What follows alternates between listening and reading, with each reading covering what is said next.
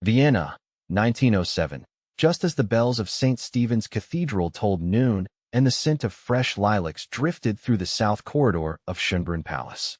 The silver tray wobbled in Fiora Langley's hands as she turned the corner into the marble gallery. She steadied it quickly before the porcelain teacups clinked too loudly. Her shoes barely made a sound on the polished floor. Fiora always walked quietly, so quietly, most assumed she wasn't there at all. That's why she was chosen. Not every maid carried tea to the Archduke's second son. Not every maid was trusted to enter the private quarters of Prince Bramwell Dietrich. And certainly not every maid dared to look him in the eye. But Fiora had once. She'd caught his gaze last spring, when he'd passed by her in the rose garden.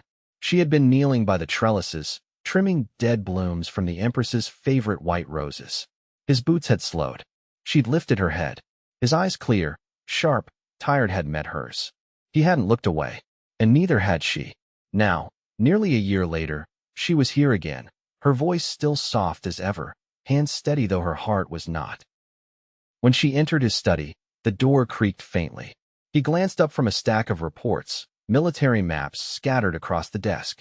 He was not wearing his uniform, only a tailored white shirt with the sleeves rolled up to his elbows. His hair was tousled, darker than most nobles, almost black in the sunlight. "Tea, Your Highness," she said gently, setting the tray down. He looked at her for a moment longer than necessary. "Thank you, Fiora." He always said her name. No other noble bothered. Just girl or maid. She gave a small nod and turned to go, but his voice stopped her. "Wait." She froze. He stood. "You speak French, don't you?" Fiora blinked. "Yes, Your Highness. And some Hungarian." His lips twitched, not quite a smile. "I need a translator. The new tutor from Paris was dismissed this morning. My father's threatening to send a Prussian." Fiora clasped her hands in front of her skirt. "I'm not qualified. You're the only one I trust not to report everything I say to the Chancellor," he said simply.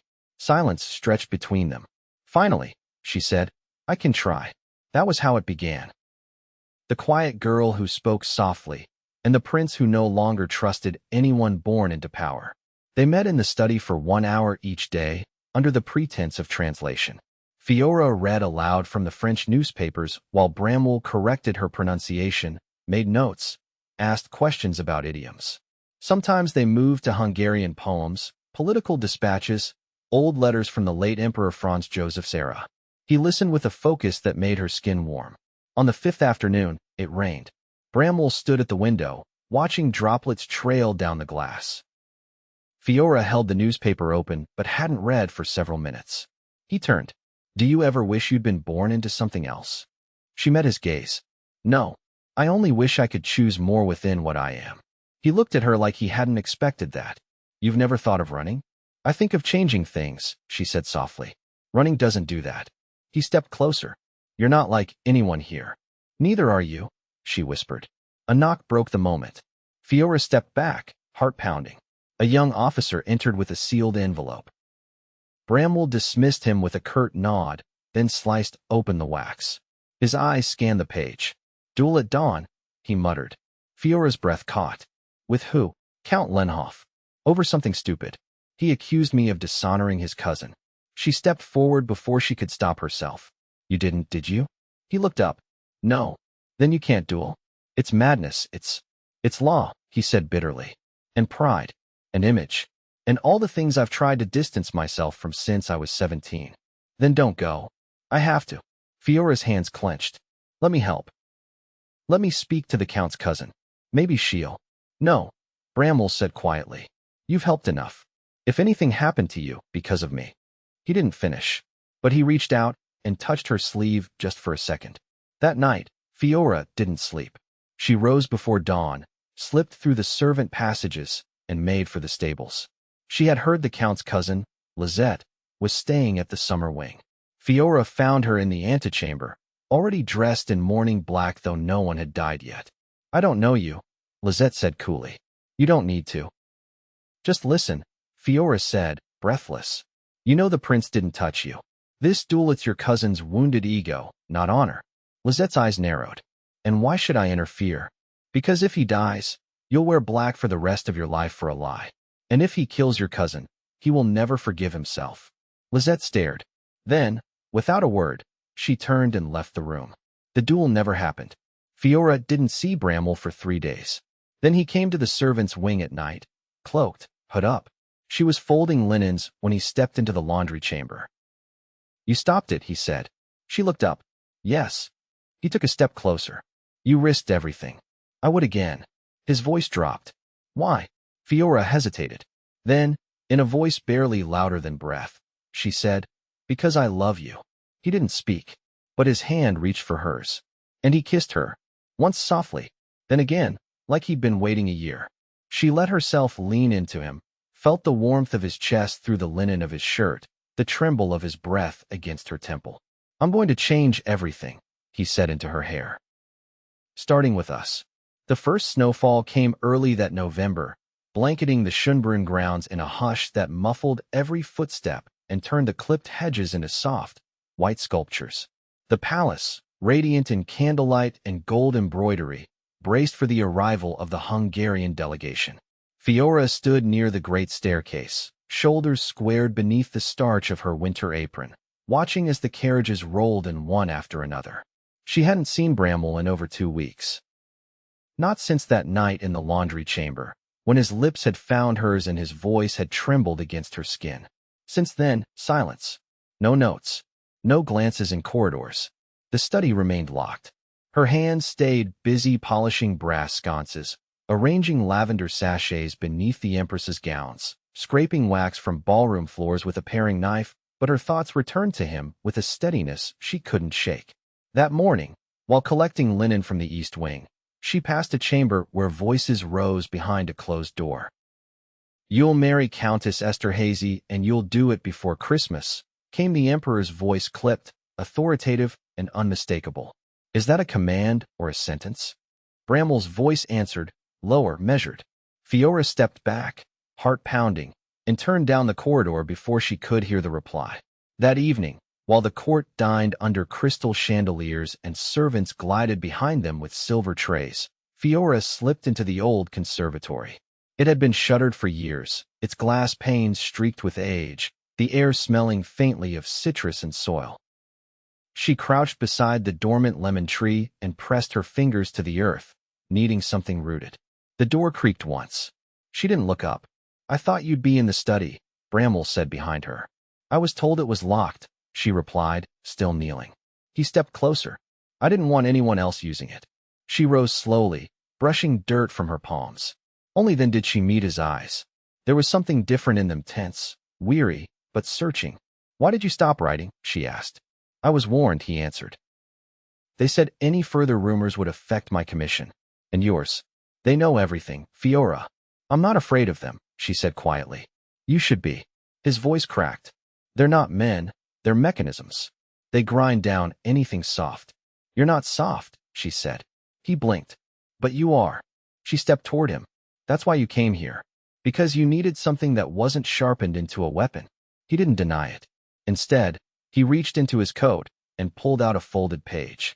"I copied this from a letter written by Archduke Ferdinand to his wife before Sarajevo." He hid it in his boots. Fiora opened the paper with careful hands. The ink was neat, the Hungarian script flowing. She couldn't read it, but she understood what it meant. "You think we'll end like them," she said. "I've spent my life watching people fall in line or disappear." "Then don't disappear," she said. "Don't let them turn you into another name in a military ledger." He looked at her for a long time before speaking. "If I walk away from this marriage, they'll strip me of everything. My title, my lands. And if you don't," her voice didn't tremble, "you'll strip yourself." He exhaled slowly, then tucked the letter back into his coat. "There's a man in Pest. A lawyer. He helps those who renounce inheritance. He's discreet." Fiora's breath caught. "You do that? I would if I knew where I stood with you." She stepped forward until the space between them was nothing, only warmth. "You stood with me in silence. You stood with me when you kissed me. If you're asking where I'll be tomorrow, I'll be wherever you are." He closed his eyes, just for a moment, as though steadying himself. Then he opened them and reached for her hand. "I'll speak to my mother tonight," he said. "She knows more than she lets on. If anyone can keep the damage from spreading, it's her." Fiora nodded once. Outside, the snow thickened, brushing against the conservatory glass like whispered promises. Neither of them moved until the bells of the palace chapel rang for Compline. He didn't kiss her again, but he held her hand longer than protocol allowed, his thumb tracing the inside of her wrist like a vow. And when he left, she didn't watch him go. She turned instead to the lemon tree and pressed her fingers into the earth again, feeling the cold, patient promise of something waiting to bloom. The Empress summoned Fiora the morning after the first frost held Vienna in its brittle fingers. Fiora arrived at the blue salon precisely at the hour requested. Her black wool dress was plain but clean, her hands scrubbed raw from lye and cold water. She stood just beyond the threshold, eyes lowered, though she could feel the Empress's gaze like the chill of a drawn blade. "Come forward," the Empress said, not unkindly. Fiora obeyed, the silence between her steps filled only by the clock on the mantelpiece and the rustle of the silk train pooling at the Empress's feet. The older woman sat in a high-backed chair of carved walnut, her hair coiled tightly beneath a net of pearls, her face composed in weary elegance. "You've been speaking with my son," she said. Fiora kept her voice steady. "Yes, Your Imperial Majesty. He shows signs of unrest. Restlessness. He paces in the evenings and forgets appointments. This is not like him." Fiora said nothing. "I do not ask to shame you," the Empress continued. "I ask because I have eyes, and most days I wish I did not. You care for him?" "Yes." The Empress considered her. "There are women of good houses who would slit their own wrists to earn his attention. You've done it with silence." Fiora said quietly, "I don't want his title, or his name. I only want him to be free of what poisons him." The Empress's eyes softened, though her lips did not. "Then you understand what that freedom costs." "I do. I doubt you do. But you will." Fiora's hands curled into themselves. "Would you serve as my companion?" the Empress asked. Fiora looked up, startled. "You read, you listen, and you survive without complaint. I need someone beside me who sees what others overlook. And it will give you protection, should the court turn cruel." "I thought the court already had." The Empress gave a single nod. "You're sharp. That's dangerous. But useful." Fiora bowed her head. "I accept." That evening, Bramwell found her in the library, beside the tall window that overlooked the southern gardens. She was cataloging a stack of estate ledgers, a new task the Empress had given her to excuse her from the scullery. He closed the door behind him before speaking. "My mother told me." Fiora didn't look up. "She gave me a place beside her, not beside you. She gave you what I couldn't." She finally turned to face him. "I didn't ask for it, but I'll take it if it keeps me close to this." He crossed to her slowly. "I saw you from the corridor. You looked like you belonged here." "I don't." "You do to me." She reached up and touched the edge of his collar, her fingers tracing the seam where silver thread met blue velvet. "Then help me stay. Not as a secret. Not as a shadow." He drew a slow breath, his hand closing gently around hers. The lawyer in Pest filed the papers. "I renounced my rights yesterday." Fiora's mouth parted. "I'll no longer be styled Highness after the end of the season. They'll say I'm mad. They'll say I was seduced." She stepped closer. "Then let them. Their words will rot like fruit left too long in the sun." He kissed her forehead, resting his brow against hers. "We'll leave after Epiphany. To Trieste first. Then further, if we must." "And your mother?" Fiora asked. "She'll keep the wolves at bay. She won't bless us, but she'll protect us." Fiora touched his cheek. "That's enough."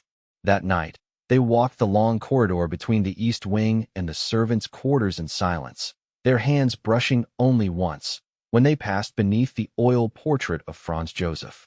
Neither looked up. As they reached the door behind the linen cupboard, he paused. "Fiora," she turned, "I want to marry you. Not because I lost a crown, but because I found something better." She nodded. "Then we'll build something of our own." And outside, the snow gathered in drifts, quiet and lasting, as if the world paused to listen.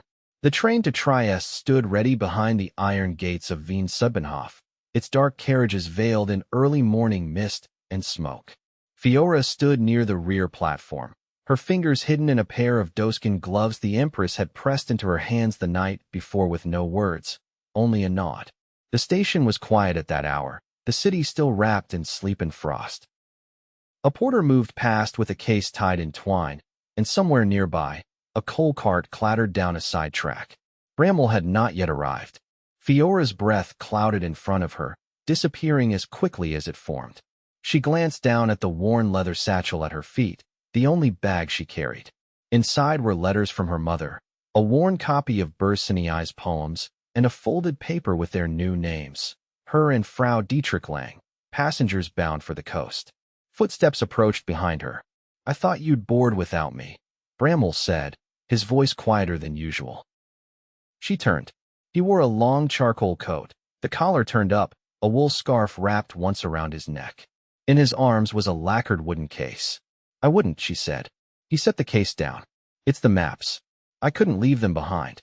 They're the only thing I ever studied that wasn't meant to impress anyone." She touched a corner of the case. "You'll still use them?" He met her gaze. "I want to teach. Geography, maybe.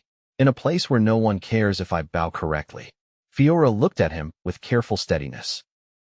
"And what do you want me to be?" He stepped closer, lowering his voice. "Exactly what you are. Just safer." The conductor called for final boarding. They moved together toward the carriage, the boards creaking faintly beneath their feet. As Bramwell reached to help her up, a voice called from behind them. "Langley." Fiora turned. A palace courier, out of breath, pushed through the thinning mist with a sealed envelope. "For you," he said, pressing it into her hand. "From the Empress." She broke the wax seal quickly, her gloves tucked under one arm. The message inside bore only a single line, written in the Empress's hand. "You change more than you know. Keep going." Fiora folded the page and slipped it into her coat. She entered the train behind Bramwell, the door closing with a soft thump behind them. The compartment was small, but warm. The seats were upholstered in faded red velvet, and a brass lamp hung above the window. Bramwell placed the map case beneath the bench and sat across from her, his coat unbuttoned now, revealing the edge of a plain waistcoat. He leaned forward, elbows on his knees. "The Empress told me something once, when I was 12. She said if I ever wanted to lead anything worth saving, I'd have to learn to be led." Fiora tilted her head. "And do you believe her?" "I didn't then." He hesitated. "But I do now." The train gave a low groan, then a jolt, and began to pull away from the station. Fiora turned to the window. Vienna blurred slowly past, the tiled roofs and steeples receding into white fields and pale sky. Her fingers rested on the seat beside her, close to his, but not yet touching. He reached across and took her hand. "I don't know what comes next," he said. "You don't have to," she replied. "Only that it's ours." He looked down at her gloved fingers in his. "Are you frightened?" "Yes," she said, "but not of being with you." The train picked up speed, the clatter of wheels smoothing into rhythm. Fields gave way to forest, and the light shifted as the clouds cleared. Inside, warmth gathered from the stove tucked in the corner of the compartment, and Fiora leaned her head lightly against the window. Bramwell watched her for a moment, then reached into his coat. From the inner pocket, he drew a small velvet pouch. "I was going to wait," he said, "for the right place. But I think this is it." He opened the pouch and withdrew a ring, simple, gold, with a single garnet set in the center. "It belonged to my grandmother," he said. "She wore it when she married a man they said she shouldn't have." Fiora blinked once, then held out her hand. He slid the ring onto her finger. It fit. Outside, the mountains rose, and the world, at last, turned toward something new.